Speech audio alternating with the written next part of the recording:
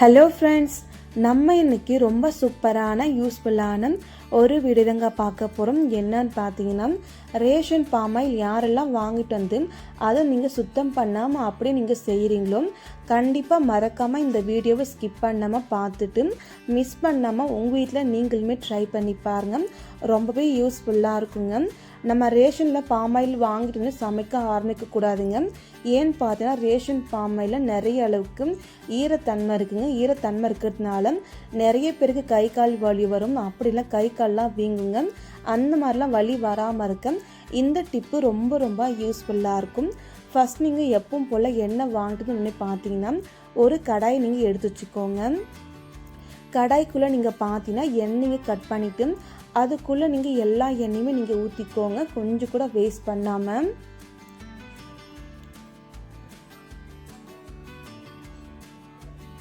பாருங்கள், நான் ஃபுல்லாகவே எண்ணெய் கொஞ்சம் கூட வேஸ்ட் பண்ணாமல் ஃபுல்லாக நான் ஊற்றி முடிச்சிட்டேன். பார்க்கும்போது உங்களுக்கு தெரியுதுங்களா இந்த எண்ணெய் எப்படி இருக்குன்னு சொல்லிட்டு. இந்த எண்ணெயை கொண்டு போய் நம்ம கேஸ் ஸ்டவ் மேலே வச்சுக்கலாங்க. கேஸ் ஸ்டவ் மேலே வச்சுட்டு பார்த்தீங்கன்னா இந்த எண்ணெய் ஃபுல்லாகவே உருகணுங்க. அது வரைக்கும் நம்ம வெயிட் பண்ணலாங்க. ஃபஸ்ட் நீங்கள் கேஸ் ஸ்டவ் ஹை ஸ்பீட்லேயே நீங்கள் வச்சுக்கோங்க. இப்போ பாருங்கள், எண்ணெய் நல்லா காஞ்சி வந்துருச்சுங்க.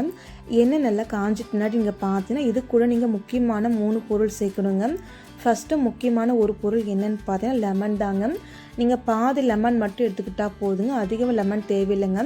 பாதி லெமன் நீங்கள் கட் பண்ணிவிட்டு அதோட பேக்ஸில் நீங்கள் அப்படி நீங்கள் எண்ணெய்க்குள்ளே விட்டுக்கோங்க. கரெக்டாக நீங்கள் ஒரு 5 நிமிஷம் போல் நீங்கள் கொதிக்க வச்சுக்கோங்க. அந்த லெமன் கொதிக்க கொதிக்க என்னாகும்னு பார்த்தீங்கன்னா அந்த எண்ணெய்க்கு கெட்ட கொழுப்பு எல்லாமே கொஞ்சம் கொஞ்சமாக அந்த ஓரத்தில் வந்துகிட்டே இருக்குங்க. நீங்களுமே உங்கள் வீட்டில் இந்த மெத்தடெல்லாம் செய்யும்போது கண்டிப்பாக உங்களுக்குமே தெரியுங்க.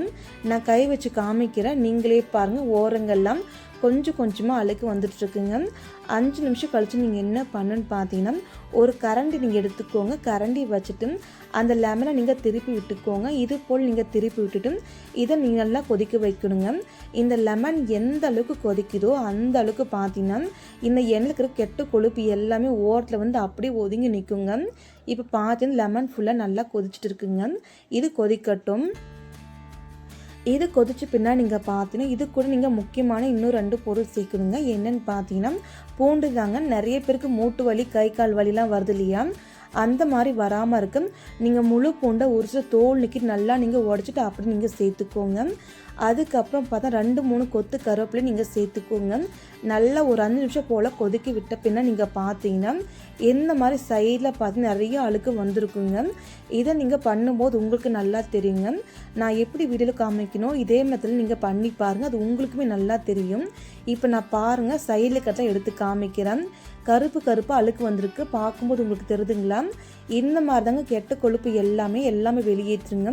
இந்த 3 பொருள் இருந்தாலையும் கரெக்டாக நீங்கள் நல்லா கொதிக்க வச்சுக்கணுங்க. எந்த அளவுக்கு நீங்கள் கொதிக்க வைக்கணும்னு பார்த்தீங்கன்னா அந்த லெமன் இருக்கு இல்லையா, அந்த லெமன் ஃபுல்லாகவே பார்த்தா நல்லா கருப்பு கலரில் ஆயிருக்கணுங்க.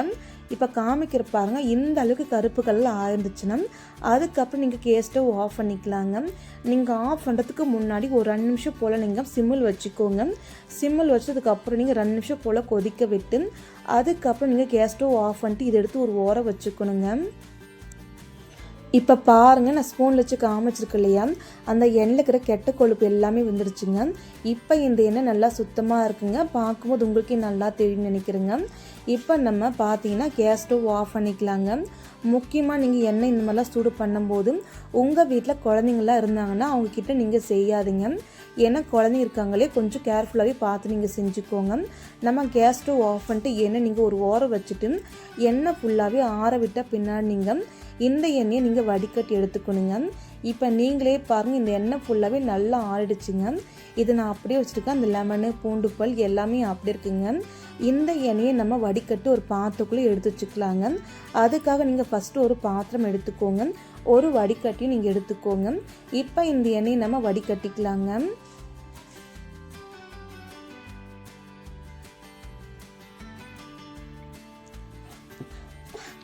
இப்போ பாருங்கள், நம்ம எண்ணெய் ஃபுல்லாகவே வடிகட்டியாச்சுங்க. அதுக்கப்புறம் இந்த வடிகட்டிட்டு எடுத்து ஒரு ஓரம் வச்சுக்கோங்க. இப்போ நமக்கு நல்ல எண்ணெயை க்ளீன் பண்ணி முடித்த பின்னாடி நீங்கள் எப்பவும் போல் எண்ணெய் கேனில் நீங்கள் ஊற்றி வச்சுக்கலாங்க. இதுக்கப்புறம் உங்களுக்கு எப்போல்லாம் எண்ணெய் தேவைப்படுதோ அப்போல்லாம் நீங்கள் ஊற்றி நீங்கள் சமைச்சிக்கலாங்க.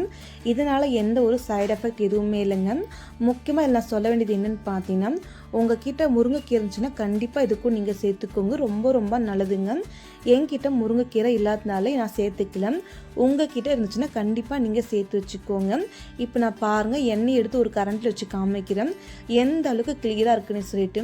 ஃபஸ்ட் நம்ம எண்ணெய் ஊற்றும் போது எப்படி இருந்துச்சு, இப்போ நம்ம க்ளீன் பண்ணதுக்கப்புறம் எண்ணெய் எடுக்கு நீங்களே பாருங்கள். ரொம்ப ரொம்ப நல்லா இருக்குங்க.